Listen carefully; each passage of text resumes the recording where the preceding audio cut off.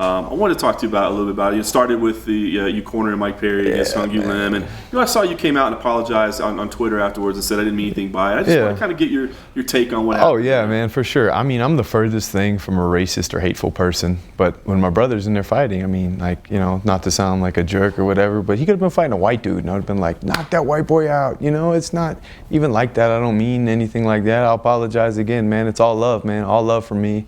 I love all people, shapes, sizes, colors, man. I'm not a jerk by any means, but when your family's in there fighting, you'll say anything at that moment. Maybe you will say some hateful, mean things, and so I'm sorry for that. But I love everybody, man. I want to see everyone succeed.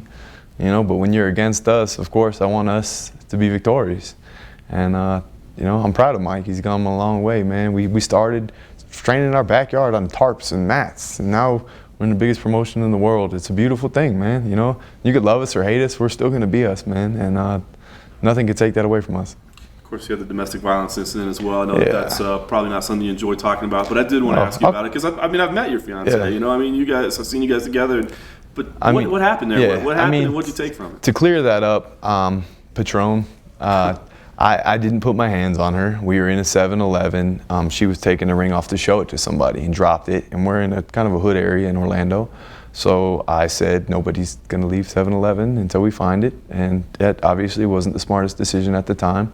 The people in 7-Eleven didn't like it. And then she found the ring, and the lady at 7-Eleven counter said, oh, the police are on the way. And she was still talking to her friend. I was drunk, so I was like, we have to get out of here. Mm-hmm. So I picked her up, and we started to go out there. As we came out of the store, we fell to the ground. I helped her up. Next thing I know, there's a cop in my face, people carrying her away, bringing her into 7-Eleven. I'm in handcuffs, and she comes back out, and we tried to avoid the situation, but once you're in handcuffs in Orlando, they're taking you away. So big misunderstanding, but I mean, it was a stupid choice. I can't tell people in 7-Eleven they can't leave 7-Eleven. It's been cleared up. We had the second party, the UFC investigation. It's just, we've all been there, man. Have too much to drink, you make a stupid decision, but I would never put my hands on a female, man. I love her to death. I would die for that woman, not do anything to hurt her, man. I'd give my life before her. So people can say, it's funny, people say all this hateful stuff, call me a hateful person, but they'll write on my Twitter, I hope your family dies, stuff like that. I mean, come on, who's really hateful, man? You can meet me, talk to me, and it's all love, man. Like I said, there's nothing but love for me, man.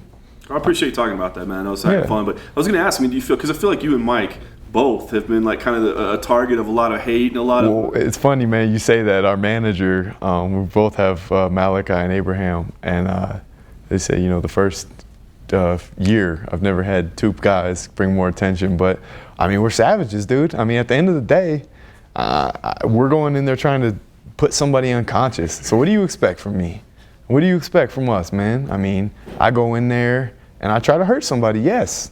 Will I help them up and buy them a shot after? Yes. But you're not going to take, I use the analogy to just show Highlander. I'm going to take your head off, take your power, take your glory, take your fame, and it's mine.